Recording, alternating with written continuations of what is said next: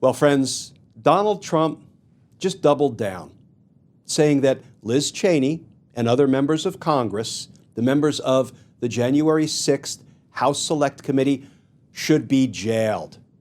Why? Well, for having the nerve to investigate and expose his crimes.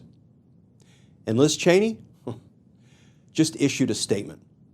And she is still standing up to Donald Trump. And she is still calling out his crimes and his lies. Let's talk about that, because justice matters.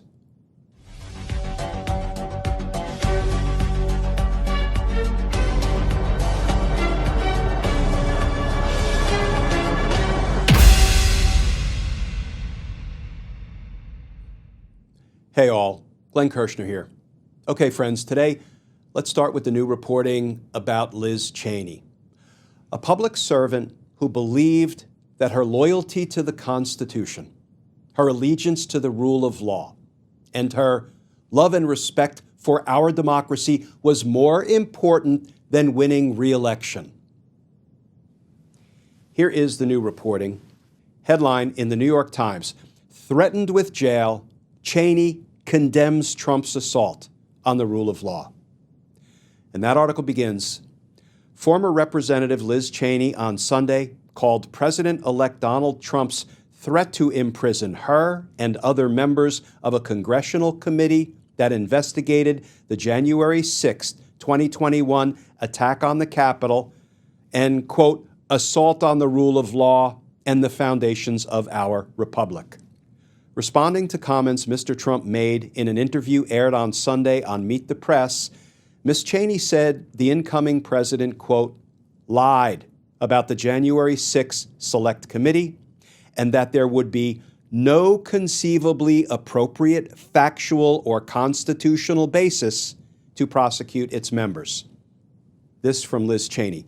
Here is the truth. Donald Trump attempted to overturn the 2020 presidential election and seize power, she said in a statement. He mobilized an angry mob and sent them to the United States Capitol, where they attacked police officers, invaded the building, and halted the official counting of electoral votes.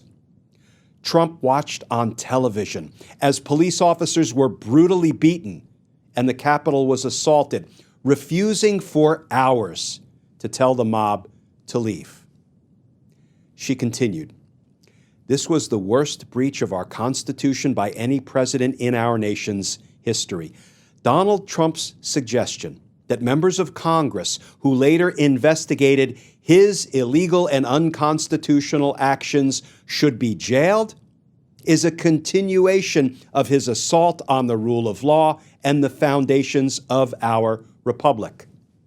Cheney's statement came after Trump repeated his unfounded allegation that the committee destroyed evidence during its investigation.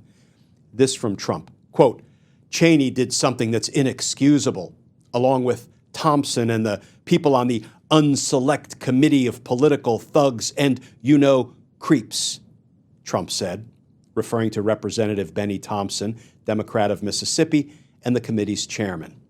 Quote, they deleted and destroyed all evidence, Trump went on, and Cheney was behind it. And so was Bennie Thompson and everybody on that committee. For what they did, honestly, they should go to jail. In fact, the committee did not destroy all evidence. It released an 800-page report, as well as 140 transcripts of testimony and various memos, emails, and voicemail messages. The evidence remains online. Ms. Cheney pointed to that letter in her statement on Sunday. Quote, Donald Trump knows his claims about the Select Committee are ridiculous and false, as has been detailed extensively, including by Chairman Thompson, she said. There is no conceivably appropriate factual or constitutional basis for what Donald Trump is suggesting. A Justice Department investigation of the work of a congressional committee, and any lawyer who attempts to pursue that course would quickly find themselves engaged insanctionable conduct. And then, friends, the article turns its attention briefly to the question of whether President Biden should consider pardoning Liz Cheney and other members of the January 6th House Select Committee, even though they committed no crimes. And I'm going to circle back to the pardon issue in a minute. But the article otherwise continues.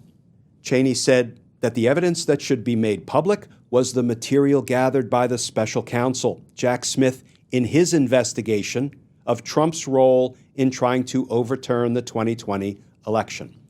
Quote, "The Justice Department should ensure that all that material is preserved and cannot be destroyed.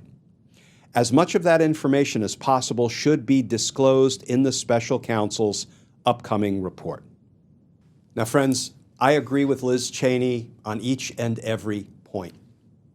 Neither she nor any member of the J6 Congressional Committee did anything wrong, much less committed a crime. So Donald Trump's threats of prosecution and prison are themselves lawless. And I also agree with Representative Cheney that Special Counsel Jack Smith should, and I suspect will, reveal in his special counsel report the evidence of Donald Trump's democracy-busting January 6th crimes. Evidence, friends, let's remember, that came from almost exclusively Republican witnesses who testified in the grand jury about and against Donald Trump.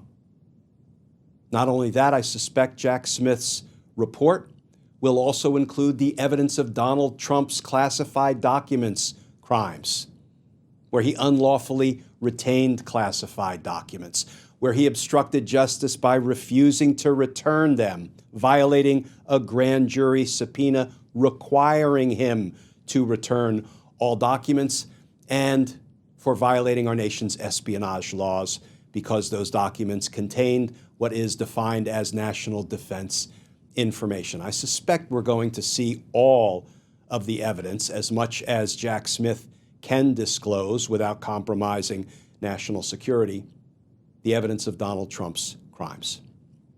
Now, let's briefly circle back to the topic of pardons. Should Joe Biden be delivering pardons to people who committed no crimes to, in theory, protect those people against baseless, lawless, vindictive prosecutions by Donald Trump and his Department of Justice? President Biden's staff is debating whether he should issue blanket pardons before leaving office to people targeted by Trump, like Ms. Cheney, as part of the president-elect's promised retribution against his foes.